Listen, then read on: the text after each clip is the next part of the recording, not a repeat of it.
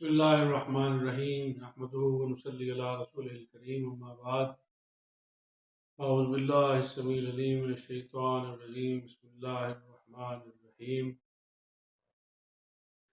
سبحان ربک رب العزة عما یصفون سلام علی المرسلین والحمد للہ رب العالمین۔ آج ہم اس بارے میں آپ کی خدمت میں کچھ گزارشات پیش کریں گے۔ جیسا کہ ہم پچھلی ویڈیو میں عرض کر رہے تھے کہ وہ ایک حضرت صاحب نے کوئی واقعہ جو باغ فدق کے بارے میں کوئی چل رہا تھا، اس موضوع پر بات کرتے ہوئے انہوں نے کوئی لفظ خطا استعمال کیا، تو اس کے بارے میں بہت سارے ان کے اساتذہ حضرات، ان کے شیوخ، ان کے مکتبہ فکر کے اکابر علماء اور بڑے بڑے حضرات ان کے پاس گئے، ان کو سمجھایا کہ آپ کو یہ لفظ نہیں بولنا چاہیے تھا، آپ کو ایسے نہیں کہنا چاہیے تھا، آپ اپنی بات سے رجوع کر لیں، آپ اس بات سے رجوع کر لیں کہ آپ نے کہ میرے منہ سے ایسے نکل گیا، میرا یہ مقصد نہیں تھا، کوئی ایسی بات جس سے ایک لوگوں کو یہ احساس ہو، لوگوں کو یہ لگے کہ حضرت صاحب نے چلو رجوع کر لیا، ان کے منہ سے کوئی ایسی بات نکل گئی۔ لیکن جیسا کہ ہم نے عرض کیا کہ انسان جو ہے یہ خطا کا پتلا ہے، اگر وہ اس خطا پر اصرار کرے تو پھر وہ کس طرف چلا جاتا ہے یہ آپ بہتر تجزیہ کر سکتے ہیں۔ اور اگر انسان اپنی غلطی کو مان لے، بعض ایسی جگہیں ہوتی ہیں، بعض ایسے مواقع ہوتے ہیں، بعض ایسی ہستیاں ہوتی ہیں، بعض ایسے حالات ہوتے ہیں، صورتحال ہوتی ہے کہ جہاں انسان کو بظاہر جو ہر انسان اپنے آپ کو صحیح سمجھ رہا ہوتا ہے، اب ہم اس کی ڈیٹیل میں نہیں جاتے کہ کہاں کہاں انسان ہوتا ہے اور کہاں کہاں اپنے آپ کو صحیح سمجھ رہا ہوتا ہے یا سمجھ سکتا ہے یا کیا نہیں۔ اس بات کے تفصیل میں جائے بغیر ہم اگر اس بات کو اس طرح سمجھیں کہ اگر ہم اس بات، بہت ساری ایسی جگہ ہوتی ہیں جہاں ہم صحیح ہوتے ہوئے بھی ہمیں غلطی ماننی پڑتی ہے کیونکہ وہ بڑے ہوتے ہیں، وہ تو ہمارے سامنے کے لوگ ہوتے ہیں جو ہماری ہی طرح کے ہوتے ہیں، جو عام لوگوں کی طرح ہوتے ہیں، لیکن وہ ہم سے بڑے ہوتے ہیں، ہمارے اساتذہ میں ہوتے ہیں، ہمارے والدین میں ہوتے ہیں، ہمارے اسی طرح والدین کے جو بڑے بہن بھائیوں کے رشتہ داروں وہاں پہ بھی ہوتے ہیں۔ تو انسان کو بہت ساری جگہ بظاہر اس کو لگتا ہے کہ وہ صحیح ہے، اس کے باوجود اس کو اپنی غلطی ماننی پڑتی ہے۔ یہی بڑا پن ہوتا ہے کہ بجائے اس کے کہ ہم کسی کو یہ کہنے کے بجائے کہ آپ غلط ہیں، اپنی غلطی مان لینا، اس میں ہی بڑائی ہوتی ہے، اس میں ہی فضیلت ہوتی ہے، اس میں ہی کمال ہوتا ہے، اس میں کوئی انسان کی وہ نہیں ہوتی۔ اچھا، اس میں یہ ہوتا ہے کہ انسان کو بعض دفعہ یہ گمان ہوتا ہے کہ میں چونکہ بہت عالم ہوں، بہت پہنچا ہوا ہوں، میرے پاس بڑی ڈگری ہے، میرے بہت سارے فالوورز ہیں، میرے بہت سارے شاگرد ہیں، مجھے بہت سارے لوگ سنتے ہیں، جانتے ہیں، مانتے ہیں، تو اب اگر میں نے غلطی تسلیم کر لی تو وہ کہیں گے کہ لو جی، انہوں نے پہلے، اس کا مطلب آپ نے غلط کہا تھا، تو اس کا مطلب ہے کہ میری تحقیق غلط ہو جائے گی، میری علمی ساکھ متاثر ہو جائے گی، وغیرہ وغیرہ وغیرہ۔ تو بھائی یہ باتیں آپ کو اول تو ایسی باتیں کرنی ہی نہیں چاہیے، کچھ سینسیٹیو موضوع پہ کسی بھی عام آدمی کے بارے میں بھی آپ بات کریں گے تو اس کو برا لگے گا، چاہے وہ گناہ گار ہے، ٹھیک ہے۔ اچھا، ایک تو یہ ہمارے یہاں بڑا مسئلہ ہے کہ ہم کسی کو گناہ گار کر دیتے ہیں، ڈکلیئر کر دیتے ہیں اپنی طرف سے لوگ،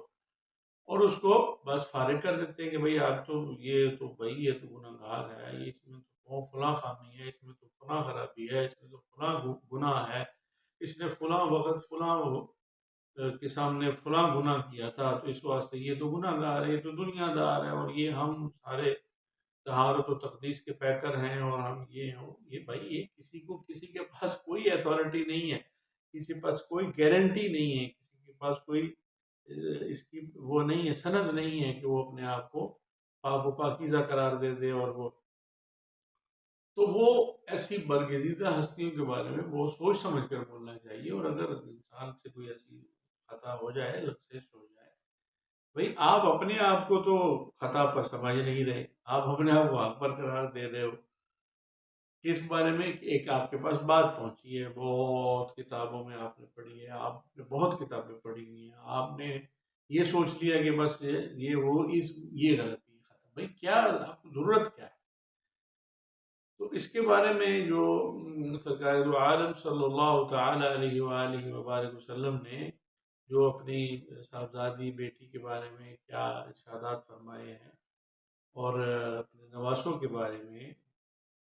یہ ہر مسلمان کے بنیادی جو محبت ہے رسول پاک صلی اللہ علیہ وسلم کی ذات پاک سے، اس کا بنیادی تقاضا ہے۔ اور آپ اس کو یقین ہے ہمارا، وہ ہم ان کے ساتھ اتنی ہی محبت رکھتے ہیں۔ یہ ہر بندے کا ایک ذاتی کیفیت ہوتی ہے۔ محبت جو ہے یہ عقیدت یا احترام یا جو ادب آداب، یہ سب ایک ادب کی کیفیات ہوتی ہیں، یہ سب کیفیات ہیں، یہ سب دکھائی نہیں جا سکتی۔ اب اس کو چونکہ ہم سمجھتے ہیں، یہ لوگ سمجھتے ہیں کہ ان کو دکھانا ضروری، بھئی یہ آپ کا ذاتی معاملہ ہے، یہ تو ہر ایک کی اپنی اپنی عقیدت، ہر ایک کی اپنی اپنی محبت۔ وہ کسی کو دکھا کے آپ نے کیا کرنا ہے؟ کسی سے سرٹیفکیٹ لینا ہے؟ سرٹیفکیٹ تو ان سے چاہیے نا جی، جو برگزیدہ ہستی ہیں، جو پاک ہستی ہیں، جو جن کے ساتھ ہماری عقیدت اور محبت ہونی چاہیے۔ سرٹیفکیٹ وہ دیں گے تو ہماری کامیابی کا اس میں امکان ہے۔ لوگوں کے کچھ جو اپنے آپ کو اس زوم میں سمجھتے ہیں کہ ہم سرٹیفکیٹ بانٹ رہے ہیں، یہ اس وقت ہمارے پاس وہ اتھارٹی ہے، کسی کے پاس کوئی اتھارٹی نہیں ہے کسی کو کسی قسم کا سرٹیفکیٹ دینے کی۔